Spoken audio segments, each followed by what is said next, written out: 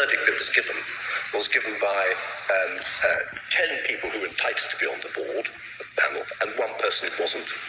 And then the consequence of that would be, I suppose, that you do not have a quorate verdict.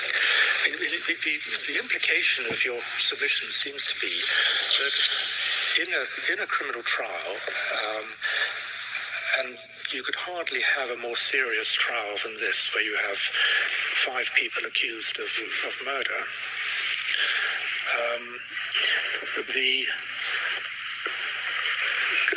Clearly there's a public interest in a true verdict being returned. The implication of what you're saying seems to be that the judge really has no responsibility in that regard. He's entitled, if the prosecution are willing to run the risk of the jury being nobbled by the corrupt member of a jury, that's a matter for them, and he can go along with that. My lords, he has to be satisfied that the other 10 won't be nobbled, or it's very unlikely they'll be nobbled. I'd accept that. But if his thinking is, and I submit it was likely to have been this, I've got one bad juror here, I've got good reason to suppose the other 10 will behave properly. That means there will be, the jury will be quorate at 11. In my submission, he is entitled, he is not bound to say, I've got to stop the trial now. He has a power to allow the trial to go ahead. That is, and my lords, I accept that this is the kernel of my submission. It has to be one which he exercises not entirely unreasonably in all the circumstances of the case. That is why I'm making the submission as I have been. If it were the case that the same rules applied in Jamaica as applied in England and Wales, that is, you could have had a jury of 10, what would you then say? My lord, I think I'd be bound to accept that the judge would have said, let's go down to 10. He probably would, in those circumstances, have said, balance. So the problem that you're faced is a system that doesn't allow a jury of 10. That's exactly the problem. The whole problem. An unfair trial, it might be put against you, is allowed because the rules don't allow a jury to go around to 10. Is that right? No. I'm not saying that.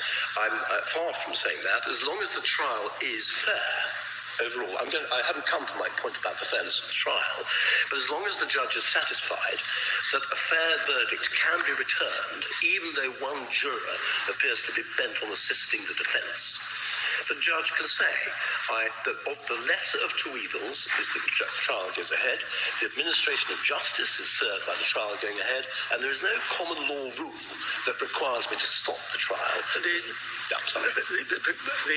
corrupt juror might be critical, his vote might be critical to whether there was majority or not. It might be, but in those circumstances, that is a risk that the prosecution takes. Well, that's the point. You see, that's the point I'm jibbing at, really. Yes. The idea that responsibility for the administration of justice in the public interest is the responsibility of the prosecutor and can effectively be waived, if you like, by the prosecutor, rather than being the responsibility of the court. Yes, I do accept that, but my lord, it is still the responsibility of the court. If the court is satisfied... But we see the problem. If you're presiding in a criminal trial where a majority verdict can be returned, and you know that one of the members of the jury, or you have good reason to suspect that one of the members of the jury may be corrupt,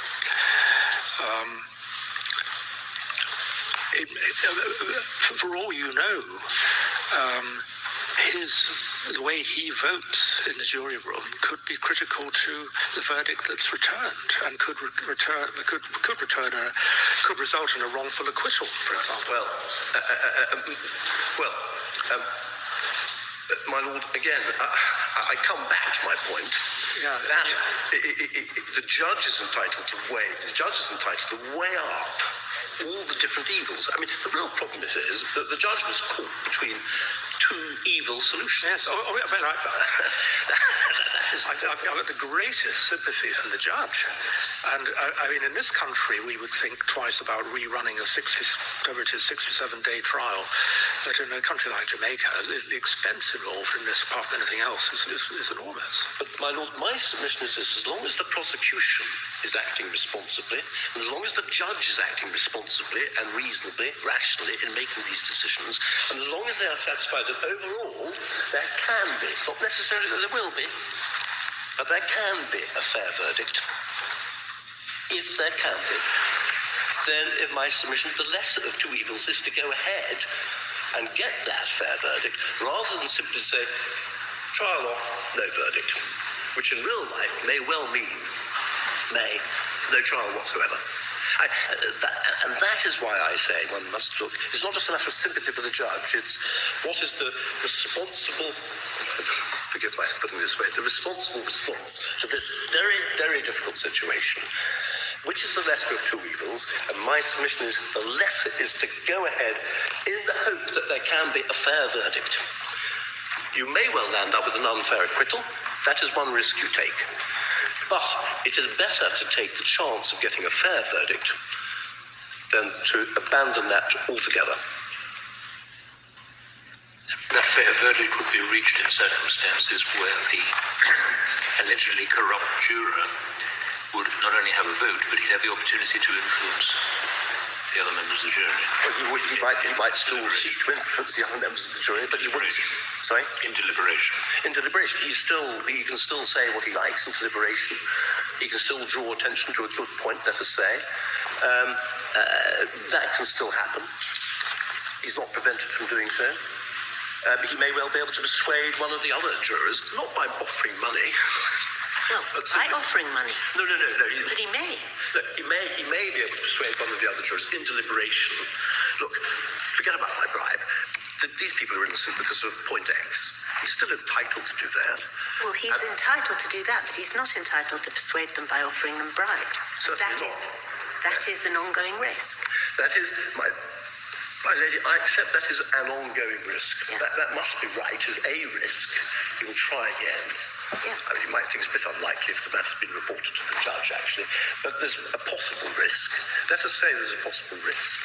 My lady, even in those circumstances, if that is a risk which the prosecution is prepared to take in order to achieve a verdict, that is the lesser of two evils. And if both the judge and the prosecution think that is a proper way of proceeding, they can. That is my fundamental point.